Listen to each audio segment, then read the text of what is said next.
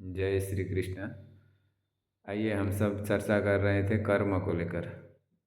कर्म के तीन भेद, कर्मा कर्म विकर्मेति, कर्म अकर्म विकर्म, इसके बारे में हम सब ने जो पिछला वाला वीडियो था उसमें हम सब ने श्रवण किया। आज किसी ने पूछा है चर्चा में, तो क्या सकाम कर्म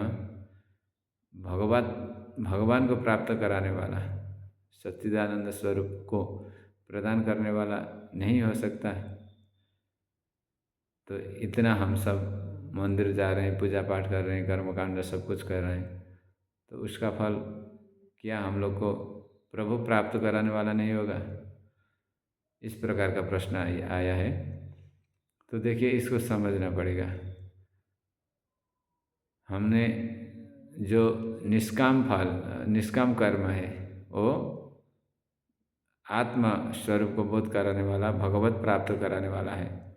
और जो सकाम है, कामनाओं को लेकर धर्म कर्म सेवा आदि का कर्म करते हैं, वह सुख को प्रदान करेगा, स्वर्ग में यहाँ भी यश कीर्ति को बढ़ाएगा और अंतिम में स्वर्ग को प्राप्त कराएगा।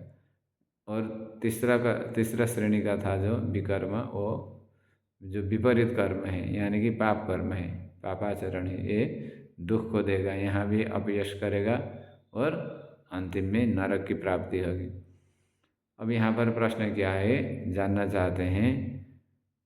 हम सब तो संकल्प लेकर किसी न किसी कामनाओं के लेकर भगवान का पूजा पाठ कर रहे हैं, जहाँ भी जा रहे हैं, तीर्थाटन कर रहे हैं, कुछ भी कर रहे हैं, धामों की यात्रा कर रहे हैं, सब में कुछ ना कुछ अपना संकल्प है, इच्छा है, कामनाएं हैं।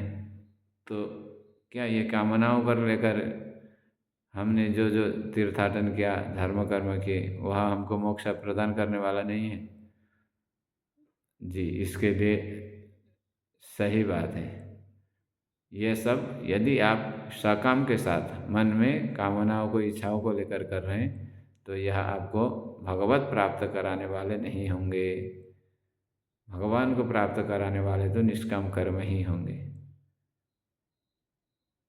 इसलिए संसार में जो भी विषय वस्तु भौतिक हम सब इच्छा कामना करते हैं, वो क्षण भंगुर है।